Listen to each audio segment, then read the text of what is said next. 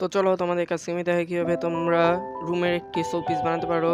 এখানে আমি রঙের কোটা আর আইসক্রিমের কাঠি নিচ্ছি, তারপর ওগুলাকে আমি রং করতেছি। রঙের জারকে বেগুনিটা আমি হচ্ছে গোলাপি আর আকাশি মিলে বেগুনি হচ্ছে, আর গোলাপিতে ইউজ করছে, আর হলো এই যে এখানে লাল। তারপর আইসক্রিমের কাঠিগুলোর সময় আমি পেজ করতে চাইছি, কিন্তু এটা কেন জানি সবুজ হয়ে গেছে। তারপর আটা তোমরা যে কোনো নিতে পারো, আমি আটাটা নিয়ে নিছি। তারপর হলো এটাকে আমি জোড়া দিচ্ছি, জোড়া দেওয়ার পরে কি হয়েছে দেখো, খালি ভেঙে দিতেছে এটা।